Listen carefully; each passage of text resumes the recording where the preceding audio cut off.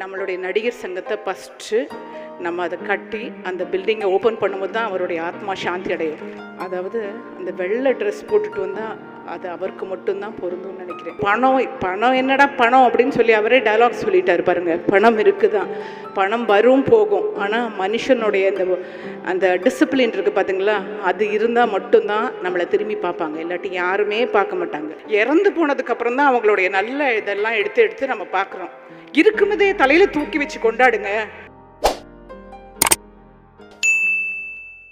எல்லாருக்கும் என்னுடைய முதற்கண் வணக்கம். ரொம்ப பெருமையாக இருக்குது. அதாவது எம்ஜிஆர் சார் இருக்கும்போது இருந்திருக்கோம், சிவாஜி கணேசன் சார் இருக்கும்போது இருந்திருக்கோம், ரஜினி சார் இருக்கும்போதும், கமல் சார் இருக்கும்போதும், விஜயகாந்த் சார் இருக்கும்போதும் இருந்திருக்கிறேன், நடிச்சிருக்கோம். ஒரு 5-6 படங்கள் நடிச்சிருக்கேன் அவரோட. ரொம்ப ரொம்ப நல்ல ஒரு மனிதர். அதாவது அந்த வெள்ளை ட்ரெஸ் போட்டுட்டு வந்தால் அது அவருக்கு மட்டும்தான் பொருந்தும்னு நினைக்கிறேன். அந்த அளவுக்கு அவருக்கு அது ரொம்ப அப்படியே அந்த வெள்ளை வேஷ்டி வெள்ளை ஷர்ட் அவருக்கு அப்படி இருக்கும், ஒரு காந்த பார்வை. நான் அப்போ ரொம்ப நடிக்க வந்த புதுசில் என்னுடைய சொல்வதராமல்மைன்னு ஒரு படத்தில் நான் நடிக்கும்போது எனக்கு ஹார்ஸ் ட்ரேடிங்லாம் இருந்துச்சு, எனக்கு தெரியாது. ஆனால் ஒரு ஹார்ஸ் மேலே உட்கார வச்சுட்டு தட்டி விட்டுட்டாரு. ஹார்ஸ் பாட்டுக்கு ஓடுது. சார் காப்பாற்றுங்க, நான் அப்படி தான் கற்றுக்க வேண்டியது, எல்லாம் கற்றுக்கணும் அப்படின்னு சொன்னார். அவருடைய தங்க கம்பி அந்த மேலே ரோப்பில் இறங்குறது ஏறுறதெல்லாம் நானும் ரம்யா கிருஷ்ணன்லாம் நடிச்சிருப்போம். அப்போவும் அப்படி தான் தைரியத்தை கொடுத்தாரு. எம்புருஷ தான் எனக்கு மட்டும்தான் ரொம்ப முரட்டு பெண்ணாக நடிச்சிருப்பேன். அப்பவும் ஒரு தைரியத்தை கொடுத்தவர். நல்ல நடி ரேகா, நல்ல நடி அப்படின்னு சொல்லுவார். அவரை பார்க்கும்போதே எனக்கு ரொம்ப பயமாக இருக்கும். ரொம்ப ஒரு பியோர் ஆர்ட்னா அப்படி ஒரு நல்ல ஆர்ட்டுங்க. அவங்க கூட நடிக்கிறதுக்கு நான் ரொம்ப பெரிய பாக்கியம் செஞ்சுருக்கேன். எனக்கு உண்மையாலுமே என்னுடைய தந்தை இறந்ததுக்கப்புறம் நான் அழுந்ததே கிடையாது. எம்ஜிஆர் சார் இருந்தப்போ அழுந்திருக்கேன். அதுக்கப்புறம் என் தந்தை இறந்ததுக்கப்புறம் நான் அழுகவே மாட்டேன். எல்லாருடைய மரணத்துக்கும் போயிட்டு வந்துடுவேன். இந்த தடவை அவருடைய மரணத்துக்கு வர முடியலன்ற ஒரு சங்கடம் இருக்குது. அவங்க 2 பேருடைய அந்த குழந்தைங்களை பார்க்கும்போது நம்மளுடைய மனசு எவ்வளோ வேதனைப்பட்டிருக்கு பார்த்தீங்களா. அரசியலில் ஜெயிச்சிட்டாரு, நடிகனாக ஜெயிச்சிட்டாரு, நடிகர் சங்கத்தை ஜெயிக்க வச்சுட்டாரு. ஆனால் ஹெல்த்தில் ஜெயிக்காமல் போயிட்டாரு பாருங்கள். ஹெல்த்து பார்த்துக்கோங்க. ஹெல்த்து தான் ரொம்ப இம்பார்ட்டன்ட். எல்லார்கிட்டையுமே சொல்கிறேங்க, ஹெல்த் ரொம்ப நல்லா பார்த்துக்கோங்க. டே நைட் ஒரு வாக் போகலாம், ஒரு யோகா பண்ணலாம், ஒரு மெடிடேஷன் பண்ணலாம். நம்மளால் முடிஞ்ச உதவிகள் செய்வோம். பணம் என்னடா பணம் அப்படின்னு சொல்லி அவரே டயலாக் சொல்லிட்டார் பாருங்கள். பணம் இருக்குதான், பணம் வரும் போகும், ஆனால் மனுஷனுடைய அந்த டிசிப்ளின் இருக்குது பார்த்தீங்களா, அது இருந்தால் மட்டும்தான் நம்மளை திரும்பி பார்ப்பாங்க, இல்லாட்டி யாருமே பார்க்க மாட்டாங்க. இன்றைக்கி எத்தனை நலிந்த கலைஞர்கள் இருக்காங்க.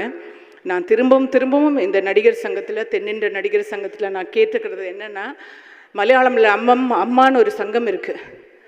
அதில் உங்களுக்கு ஓணமாக இருக்கட்டும், இல்லை மாதமாக இருக்கட்டும், இல்லை மாதம் ரிட்டையர்ட் பேமெண்ட்டாக இருக்கட்டும், எல்லாருடைய ஆப்ரேஷன்ஸ், எல்லாருடைய எல்ஐசி பாலிசி, அவங்களுடைய பணம்லாம் கரெக்டாக போய் சேர்ந்துடும். அந்த அளவுக்கு மேனேஜ்மெண்ட் நல்லாயிருக்கும். இங்கேயும் சொல்கிறேன், நமக்கு இருக்கிற இந்த கருத்து வேறுபாடுகள் எல்லாம் மாற்றி வச்சுட்டு நம்மளுடைய நடிகர் சங்கத்தை ஃபஸ்ட்டு நம்ம அதை கட்டி அந்த பில்டிங்கை ஓப்பன் பண்ணும்போது தான் அவருடைய ஆத்மா சாந்தி அடையும். இன்றைக்கி நம்மளை விட்டுட்டு போயிட்டாரு. நான் சொல்கிறேன், இதுவே ரொம்ப நாளுக்கு முன்னாடி அவரை எவ்வளோ பேர், எவ்வளோ மீடியாஸ், எவ்வளோ மீம்ஸ் போட்டு கிண்டல் அடிச்சுங்க. இன்றைக்கி படத்தெல்லாம் கண்டுபிடிச்சி அந்த வானத்தை போல மடம் படைச்ச புண்ணியவனேன்னு சொல்லி பாடுறீங்க. நம்ம மனுஷங்களை எல்லாருமே மறந்துடுறோங்க.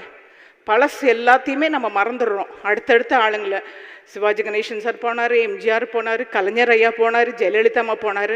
இறந்து போனதுக்கப்புறம் தான் அவங்களுடைய நல்ல இதெல்லாம் எடுத்து நம்ம பார்க்குறோம். இருக்கும்போதே தலையில் தூக்கி வச்சு கொண்டாடுங்க. நம்ம அப்பா அம்மாவையும் சேர்த்து தான் சொல்கிறேன். இருக்கும்போதே தலையில் தூக்கி வச்சு கொண்டாடுங்க. சீக்கிரமாக நடிகர் சங்கத்தை உண்டாக்குங்க. அவருடைய பேர் கண்டிப்பாக நடிகர் சங்கத்தில் வைக்குவாருன்ற நம்பிக்கை இருக்குது. என்னுடைய கோரிக்கையை திரு நாசர் அவர்களும், திரு விஷால் அவர்களும், கார்த்திக் அவர்களும் செய்வார்கள்ன்ற நம்பிக்கை இருக்குது. நிறைய உள்ள வேதனைகள் இருக்குது எனக்கு அதில். ஏன்னா நிறைய 2ஆக பிரிஞ்சு போனதுக்கப்புறம் எவ்வளோ எலெக்ஷன், எவ்வளோ நாள், அதுக்கப்புறம் கொரோனா வந்துச்சு, ஃப்ளட் வந்துச்சு, நிறைய கஷ்டப்பட்டுட்டோம்.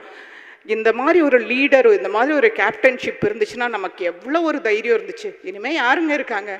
இப்போ எல்லாருக்குமே நம்மளே இறந்து போனால் கூட 4-8 பேர் பார்க்குறதுக்கு யாருமே இருக்க மாட்டாங்க. அவருடைய கூட்டத்தை பாருங்கள். இன்றைக்கும் வந்து ஆராதனை பண்ணி பூ போட்டு அவருக்கு மெழுகுத்திரி கொளுத்திட்டு போகிறாங்க. இன்றைக்கும் எத்தனை பேருக்கு பிரியாணி போடுறாங்க அந்த குழந்தைங்க. சம்பாதிக்கிறது பெருசு இல்லைங்க, கொடுத்து பழகுங்க, கொடுத்து பழகுங்க, கொடுத்து பழகுங்க. அதே மாதிரி ஹெல்த்து பார்த்துக்கோங்க. அது மட்டும்தான் என்னுடைய நடிகர் சங்கமாக இருக்கிறனால சொல்கிறேன். நலிந்த கலைஞர்கள் அப்படியே நடந்து வயசானவங்க இப்படி போகும்போது மனசுக்கு ரொம்ப கவலையாக இருக்குது. எல்லாரும் ரொம்ப ஹெல்த்தாக இருக்கணும். ஹெல்த்தியாக இருந்தால் மட்டும்தான் ஹெல்த் இஸ் வெல்த் அப்படின்னு சொல்லுவாங்க. ஹெல்த் இல்லைன்னா உங்களை அப்படியே கருவேப்பிலை மாதிரி தூக்கி போட்டுருவாங்க. ஹீரோயின்ஸாக இருந்தாலும் தான் சொல்கிறேன். அப்புறம் யாரும் வரலையேன்றத குத்தத்தை சொல்லி காமிச்சிட்டே இருக்கீங்கல்ல, அந்த சொல்கிற நேரத்துக்கு ஒரு 5 நிமிஷம் ப்ரே பண்ணலாம். யாரும் வராதவங்களை பற்றி ஏன் நினைக்கிறீங்க? வராதவங்க வீட்டுக்குள்ளே இருந்து எப்படி அழுகிறாங்களோ, அவர் மேலே எவ்வளோ மரியாதை வச்சுருக்காங்கன்னு யாருக்கு தெரியும்? வந்தவங்களை பார்த்து ரதா ரவி அண்ணா வந்து ஒரு தடவை சொன்னார், நம்ம ஒரு கல்யாணத்துக்கு போனால் கூட அந்த கல்யாணத்தில் வந்து வாங்க வாங்க எப்படி இருக்கீங்க அப்படின்னு சொல்லுவாங்களாம். அதுக்கப்புறம் என்ன வீட்டில் யாரும் வரலையா? ஏன்டா நான் வந்திருக்கேன், என்ன கேட்க மாட்டேங்கிறேன்ற மாதிரி. வந்தவங்களை பாருங்கள் எவ்வளோ பேர் வந்திருக்கீங்க. வராதவங்களை பிடிச்சி நீங்கள் ஏன் அப்படி இவங்க வரல அவங்க வரல அந்த ஹீரோயின் வரல? எனக்கு தெரிஞ்சு இன்றைக்கி ஹீரோயின்ஸ் வந்து இவ்வளோ பேர் நடிச்சிருக்காங்க. இன்றைக்கி ராதா மேடம் பார்த்தேன், அம்பிகா மேடம் பார்த்தேன், அப்புறம் வேறு ஹீரோயின்ஸ் யாரையுமே காணோம். வரலன்றதுக்காக அவர் மேலே பாசம் இல்லைன்றது அர்த்தமா? யாரையும் குறை சொல்லாமல் நல்லபடியாக நம்மளுடைய ஹெல்த்தை பார்த்து நல்ல ஒரு டிசிப்ளினாக ஒரு டிக்னிஃபைடாக இருந்துட்டாலே வாழ்க்கை ரொம்ப நல்லா இருக்கும். அவருடைய மனசு ஆசைப்படுறது ரொம்ப நலிந்த கலைஞர்களுக்கு நல்லபடியாக எல்லாம் செய்யுங்கன்னு சொல்கிறது தான். அதை நானும் உங்கள் சார்பாக கேட்டுக்கிறேன். அவருடைய ஆத்மா சாந்தி அடையணும். Thank you producers, thank you thank you. ப்ரொடியூசர்ஸ்க்கெல்லாம் பிடிச்ச கதாநாயகனாக இருந்தார். Thank you so much. Thank you thank you sir.